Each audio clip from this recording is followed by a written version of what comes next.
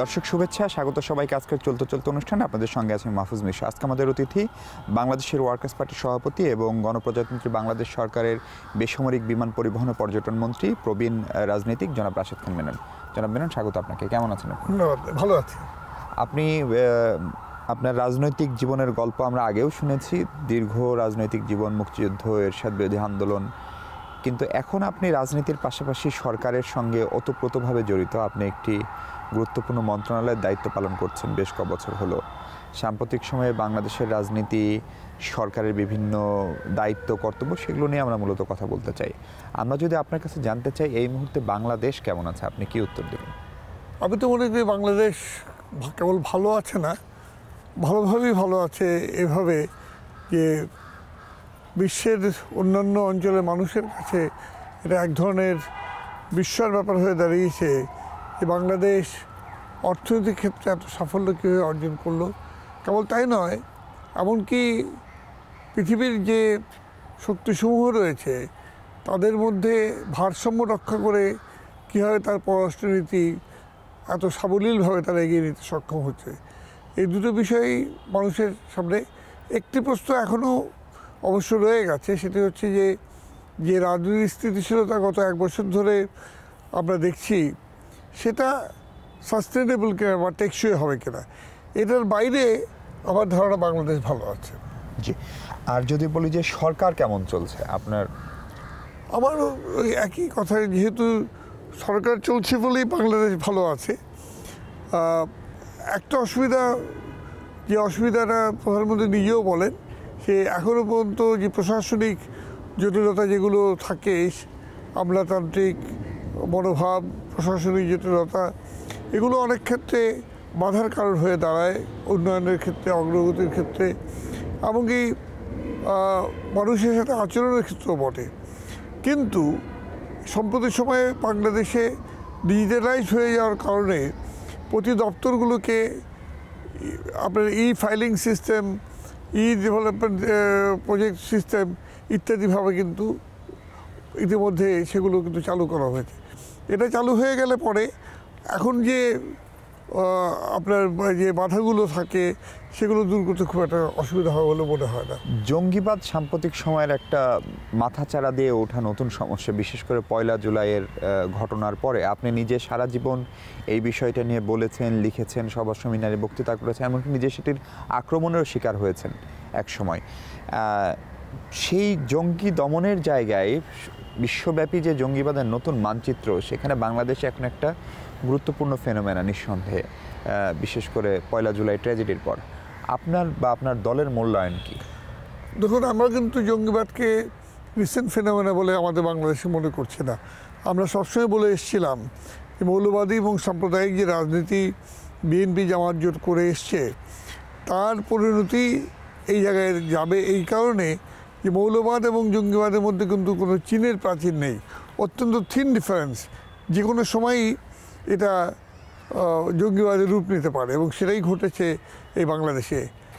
আজকের নতুন নব্য জেএমবির কথা যেটা আমরা শুনছি, তার আগেও কিন্তু এখানে জঙ্গিবাদের উত্থান হয়েছিল। সেই উত্থানটা ঘটেছিল আপনার উত্তর বাংলায়, বাংলা ভাই এবং শায়েখ আব্দুর রহমানকে কেন্দ্র করে।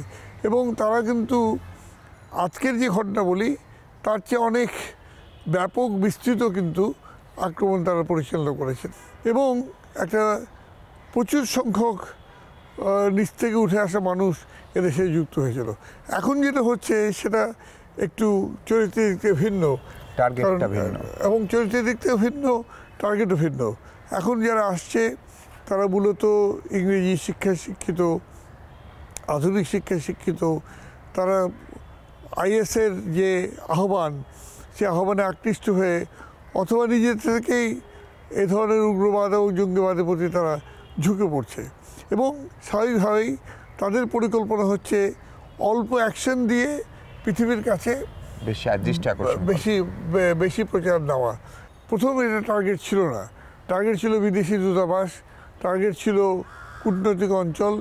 কিন্তু এটাকে বেছে নেওয়া হয় একটি কারণ, যে এখানে অনেক বিদেশির সমাগম হয়, এবং এর ফলে সেই বিদেশিদের একত্রে এত বিদেশি অন্য জায়গায় পাওয়া সম্ভব হবে না। এবং এটা যদি হয়, তার একটা ফলশ্রুতি হচ্ছে যে এটা একটা ব্যাপকতম প্রচার সেখানে পাবে। এবং সেই জায়গায় আমরা লক্ষ্য করি যে ঠিকই সেটাই ইতালি এবং জাপান এবং শ্রীলঙ্কা বা অন্যান্য ভারত। দেশের যে নাগরিকরা নিহত হয়েছে, আহত হয়েছে, তারা তাদের দেশগুলো কিন্তু বাংলাদেশ সম্পর্কে একটা সম্পূর্ণ ভিন্ন ধারণা নিয়ে বসে আছে। মেনন ভাই, আপনি একদম ছোটবেলা থেকে রাজনীতি করেন, ছাত্র জীবন থেকে রাজনীতি করেন, ছাত্র ইউনিয়ন করেছেন এবং সারা জীবনই আপনি বামধারার রাজনীতির সঙ্গে জড়িত এবং এখন নিজের দলেরই আপনি প্রধান। প্রশ্ন হচ্ছে, বাংলাদেশের বাম রাজনীতিক যে ধারা, সেই ধারাটি এখন কোথায়? এবং যে রাজনীতির স্বপ্ন আপনারা মানুষকে দেখিয়েছেন, সেই রাজনীতির স্বপ্ন দেখানোর পরে আওয়ামী লীগের মতো একটি দলের সঙ্গে সরকারের অংশীদার হওয়া, এতে কি খানিকটা তৈরি হয় কিনা, এক ধরনের দ্বিধা তৈরি হয় কিনা? আমার মনে হয় না। এই জন্য যে আমি শেষেরটা দিয়ে উত্তর দেওয়া শুরু করি, সেটা হলো যে আমার মনে হয় না এই কারণেই যে আওয়ামী লীগের সাথে কিন্তু আমরা দীর্ঘকাল ধরে একত্রে আন্দোলন সংগ্রাম করেছি। আমরা জিয়া রহমান বিরোধী আন্দোলন যদি বলেন, অথবা পাকিস্তান আমলে যদি আইয়ুব বিরোধী আন্দোলন বলেন, 69-এর গণ অভ্যুত্থান বলেন, 71-এর মুক্তি সংগ্রাম বলেন, সেসব জায়গায় কিন্তু আমরা আওয়ামী লীগের সাথে মিলে লড়াই করেছি।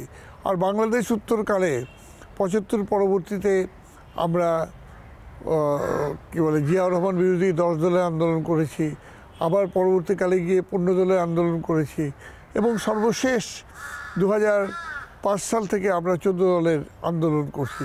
সুতরাং আন্দোলনে যদি দোষ না থাকে, তাহলে নির্বাচনে জোট বাঁধা বা নির্বাচনে একত্রে লড়াই করা, এর মধ্যে তো দোষ থাকার কোনো কারণ নেই। আর নির্বাচন যদি আমি করি, তাহলে পরে সরকারে যেতে আমার আপত্তি কোথায়? এবং এখানে সরকারে যাওয়াটা গুরুত্বপূর্ণ যে এই কারণে যে আমরা চেয়েছি অন্তত কিছু না কিছু হলেও সরকারি নীতিতে প্রভাব বিস্তার করার জন্য। সেটি পেরেছেন? সেটি একটু কঠিন, এবং সেটা এই কারণে নয় যে আওয়ামী লীগের তরফ থেকে সে ধরনের বিষয় দেওয়া হওয়ার সুযোগ নেই, সেটা তার বঞ্চ নয়। বঞ্চ বলবো যে সামগ্রিক সিস্টেমের মধ্যে এক ধরনের বাধা তৈরি হয়ে আছে, যেখানে বাম রাজনীতির যে বিষয়গুলো, সেই বিষয়গুলো সেখানে খুব একটা বিবেচনার মধ্যে আসে না। মেনন ভাই, আমরা একটা বিরতি নিব। বিরতি এসে আপনার কাছে আপনার মন্ত্রণালয় সাম্প্রতিক সময় নানা কারণে আলোচিত, বিশেষ করে বিমান সবচেয়ে বেশি আলোচিত, তার ফ্লাইট ডিলে ইত্যাদি তো পুরনো বিষয়। এর পাশাপাশি অন্য আরও নতুন নতুন বিষয়, কিছু রাজনৈতিক বিষয় যুক্ত হয়েছে। আওয়ামী লীগের সাধারণ সম্পাদক ওবায়দুল কাদেরও বলেছেন যে প্রধানমন্ত্রীকে নিয়ে যে ঘটনাটি ঘটেছিল সেটি পরিকল্পিত কিনা সেটি নিয়ে আপনারা তদন্ত করছেন। সেসব বিষয় নিয়ে আপনার মূল্যায়ন শুনতে চাই। তার আগে ছোট্ট একটা বিরতি। দর্শক, কথা বলবো বেসামরিক বিমান ও পর্যটন মন্ত্রী জনাব রাশেদ খান মেননের সঙ্গে। আমাদের সঙ্গে থাকছেন নিশ্চয়ই।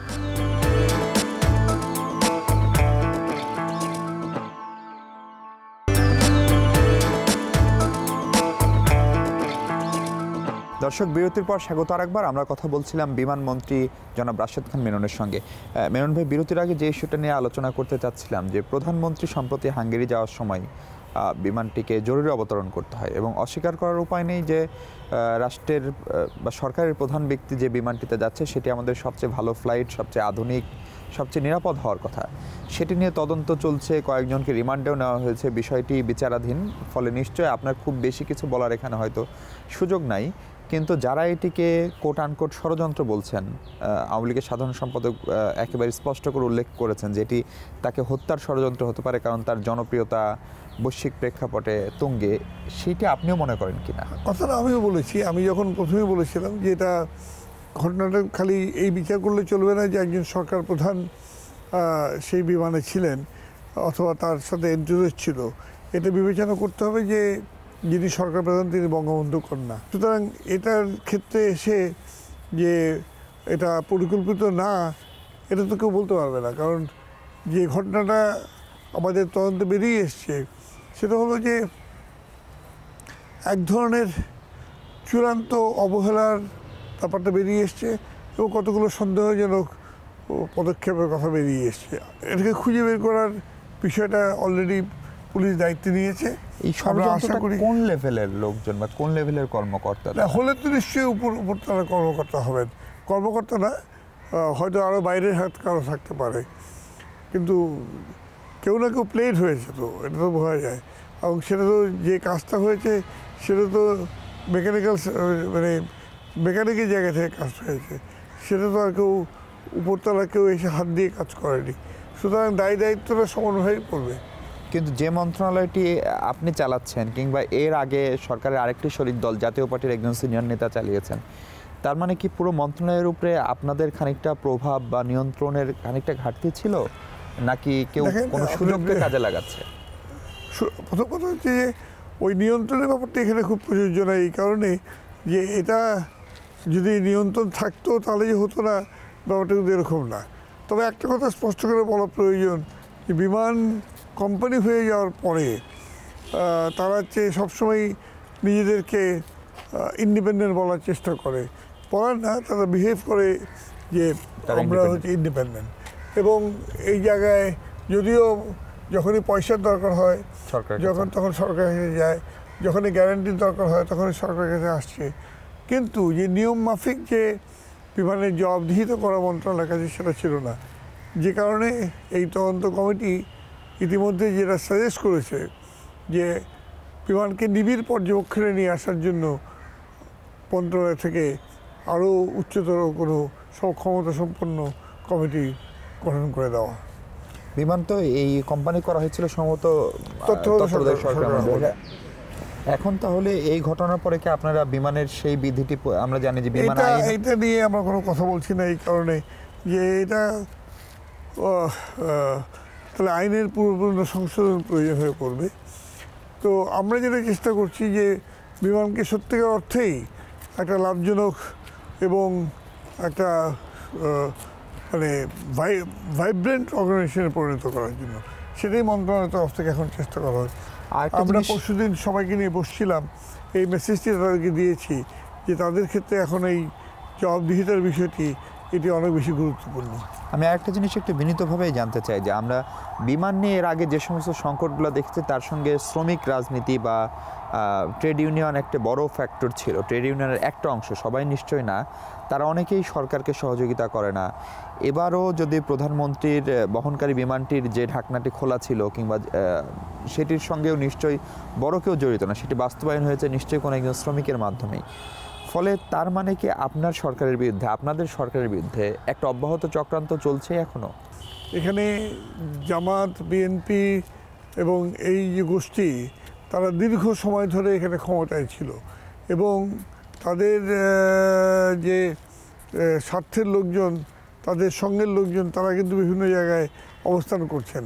বিমানের ক্ষেত্রে আমরা বলতে পারি যে এ ধরনের অবস্থান বিমানেও আছে এবং বিমানে এই ঘটনা কিন্তু ঘটতে পারে। মাননীয় প্রধানমন্ত্রী যেটা করছেন সেটা হলো যে ক্রমাগত ডিজিটালাইজ করে দেওয়ার মাধ্যমে যে ইন্ডিভিজুয়াল যে ব্যক্তি যে মানে ব্যক্তি হস্তক্ষেপের বিষয় থেকে ক্রমাগত কমিয়ে নিয়ে আসছেন, এবং যাতে যদি ডিজিটালাইজ হয়ে যায় বিষয়টা, তাহলে পরে সবার জবাবদিহিতাটা এখানে স্পষ্ট হবে। কিন্তু এক্ষেত্রে যদি বাংলাদেশ ব্যাংকের রিজার্ভ চুরির ঘটনাটা বলি,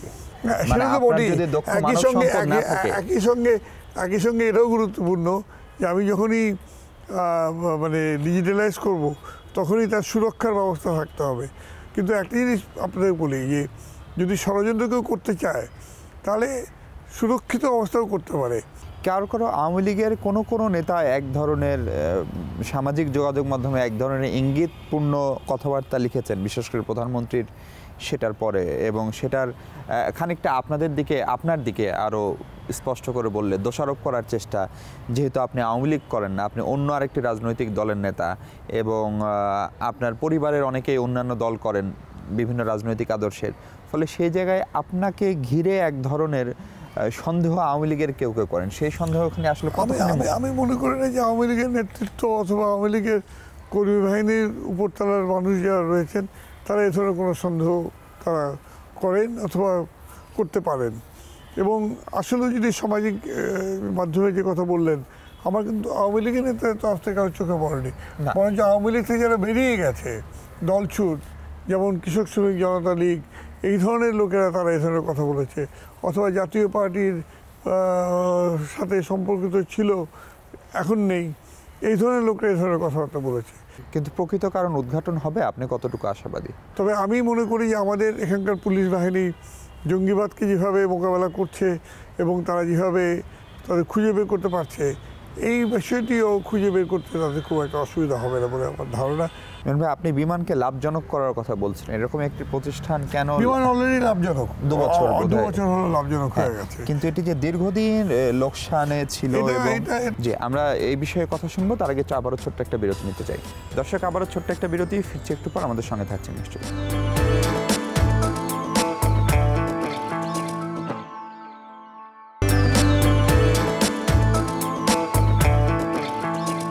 দর্শক দেখছিলেন চলতে চলতে এই পর্বের অতিথি বেসামরিক বিমান পরিবহন ও পর্যটন মন্ত্রী জনাব রাশেদ খান মেনন এমপি। রাশেদ খান মেনন, আপনার কাছে যেটা জানতে চাই যে বিমান দীর্ঘদিন লোকসানে ছিল এবং এখনও বিমানের সেবা, বিমানের টাইমিং খানিকটা যদি ইমপ্রুভ করেছে, কিন্তু এখনও অভিযোগ রয়েছে বিমানের সেবার মান, সব কিছু নিয়ে হাজারো অভিযোগ, হাজারো প্রশ্ন। এটি কেন ঠিক করা যাচ্ছে না? বিমান এখন প্রায় 70%-এর উপরে, 65 থেকে 70%-এর মধ্যে তারা শিডিউল তারা রক্ষা করছে, এবং এটা কিন্তু ওয়ার্ল্ড অ্যাভারেজ হচ্ছে 75। আর সবচেয়ে বড় কথা, বিমানের এ পর্যন্ত যেটা সবচেয়ে বড় বিষয় হচ্ছে এই বিমানের সেফটি রেকর্ড কিন্তু ভালো এখন পর্যন্ত। তবে বিমানের যেখানে সবচেয়ে বড় দুর্বলতা, এটা হচ্ছে ট্রেন ম্যান পাওয়ার এবং যে ম্যানেজমেন্ট যেটা রয়েছে, যেটা তার মিডল স্তর, এটা বহুদিন ধরে ডাইরেক্ট রিক্রুটমেন্ট না হওয়ার কারণে এখানে যে নিউ ব্লাড দেওয়ার কথা, সেই নিউ ব্লাড এখানে আসছে না। আপনি সেফটির কথা বলছিলেন, সাম্প্রতিক সময়ে বিমানের একাধিক ফ্লাইট অন্য রুটে চলে গিয়েছে, যেমন যেটি চট্টগ্রাম যাওয়ার কথা সেটি কলকাতায় গিয়েছে, চট্টগ্রামেরটা সিলেটে যেটা গিয়েছে। বলেছেন এটা আমরা ইনকোয়ারি করে দেখেছি, এগুলো পত্রিকার একটা রিপোর্ট, যেটা সঠিক নয়। বিমানের কিন্তু যাত্রীরা কি ভুল তথ্য দিয়েছিল? যে যাত্রীরা কলকাতা বিমানবন্দরে নাম, যাত্রীরা তথ্য দেয়নি, এই তথ্যটা পত্রিকায় প্রকাশিত হয়েছে। পরবর্তীকালে এটা দেখা গেছে যে সিলেটের কোনো বিমান কে বলে ইসে যায়নি, আর কলকাতায় যায়নি।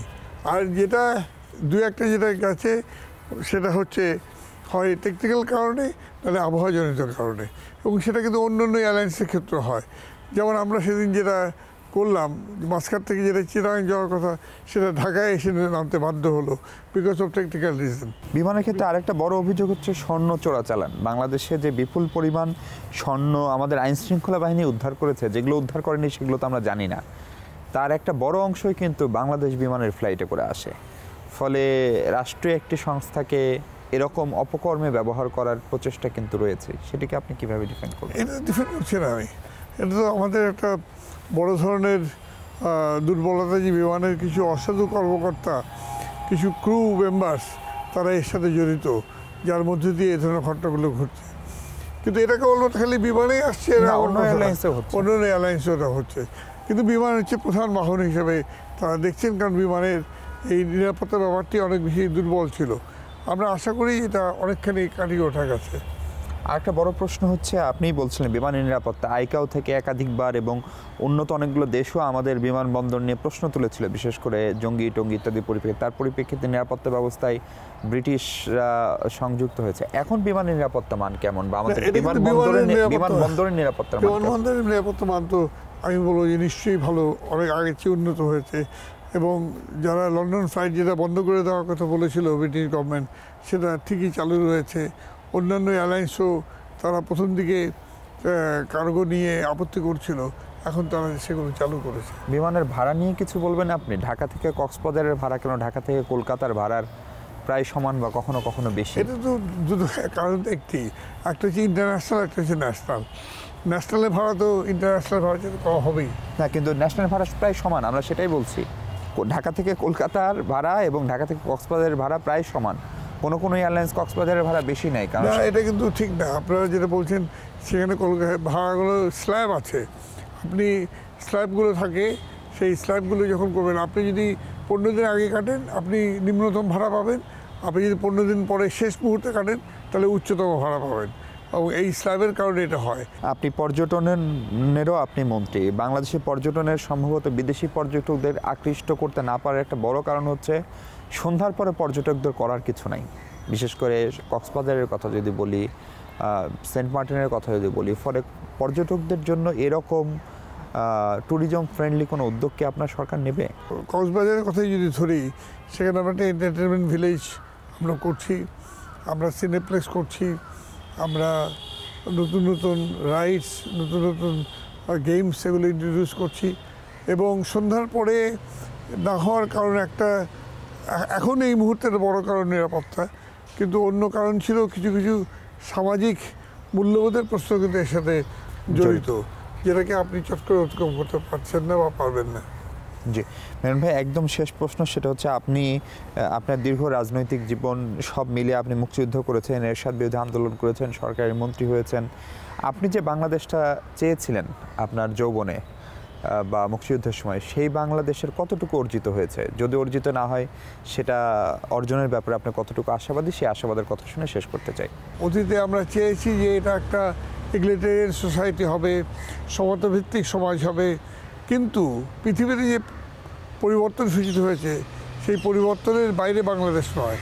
সেটা হলো যে সমাজতন্ত্রের পতনের পরে সমস্ত বিশ্ব দখলে চলে গেছে পুঁজিবাদের, এবং পুঁজিবাদ কেমন না, লুটেরা পুঁজিবাদের দখলে চলে গেছে।